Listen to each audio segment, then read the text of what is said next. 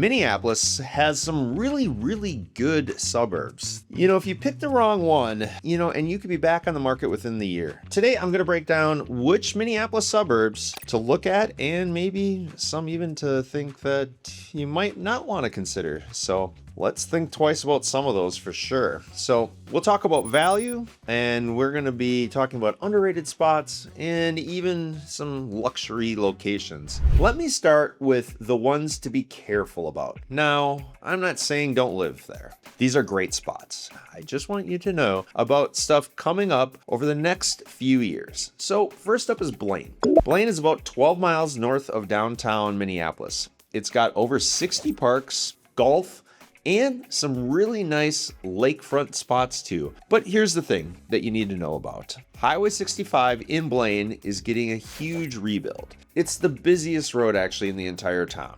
Work started in June, so right now, of 2026, and it wraps up in 2029. They're pulling out all the stoplights and putting in overpasses. The heavy year is going to be next year, 2027. That's when the bridge work starts, so expect lane closures and detours throughout Blaine. On price, Blaine has homes that typically sell in the mid 400,000s, and the pricing has been pretty flat over the last year or so. It's one of the more affordable areas on the entire list. You'll see why when we get to the luxury suburbs later. Now let's head down to the South Metro. The I-494 stretch has been torn up since 2023. So phase 2 is set for 2027, running through 2030. That's about 8 straight years of road work right there. So it hits commuters all over Bloomington, Richfield, Edina, and Eden Prairie. I'll talk about some of those towns later too, but before I get ahead of myself, if you're buying close to this stretch, just go in knowing what you're getting into. Let's talk about the value suburbs. These are the spots where your money goes further right now. And first we'll start with Shakopee. So Shakopee sits about 25 miles southwest of downtown Minneapolis, right on the Minnesota River. Something big actually just happened there, however. The new Mystic Lake Amphitheater opened this summer in Shakopee. It's the first big outdoor amphitheater in the entire Twin Cities. You've got more than 35 concerts in the first season alone this summer, and that's a gigantic win for the people of Shakopee and, frankly, everybody in the Twin Cities. Homes here sell in the low 400,000s, and prices are creeping up a bit, and the amphitheater might be one reason why. Next, let's talk about Cottage Grove. Cottage Grove sits in the southeast part of the Twin Cities and just a little bit south and east of St. Paul, right on the Mississippi River.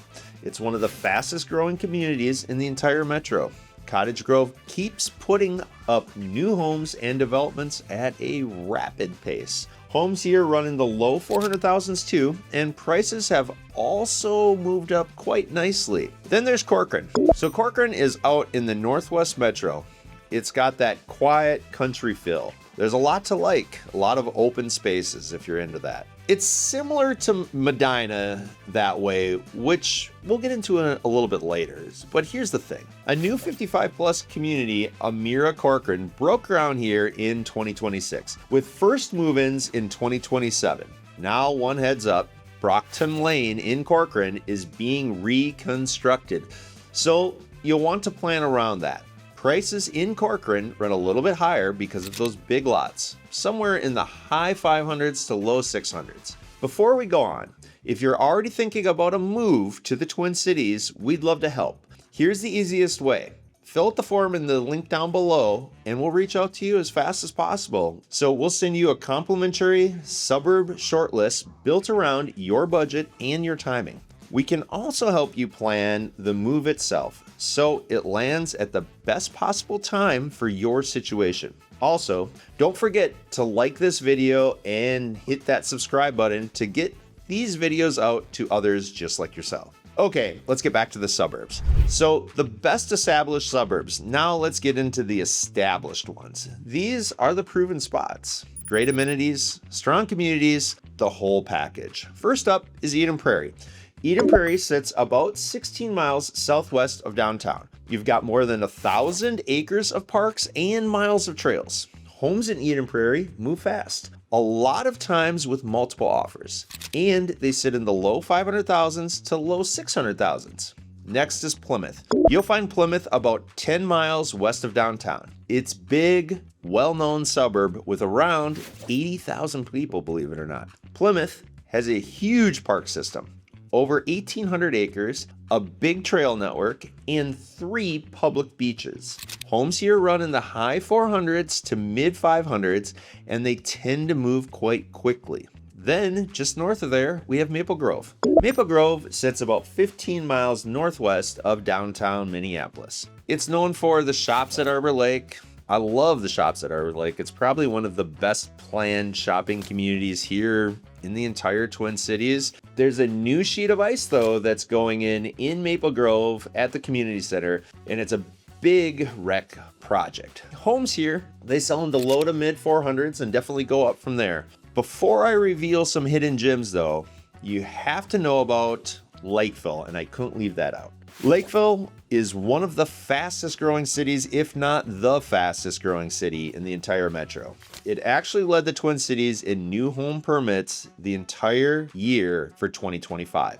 Lakeville did put a temporary pause on brand new development plat applications, so we'll see that development slow down a little, and I don't blame them. They just had to catch their breath a little bit. Homes here run in the high 400,000s to low 500,000s. Now, if you want to see areas that most people miss, keep watching this video to the very end. These are the lifestyle picks, the spots that just feel different when you visit them. Let's start with Stillwater.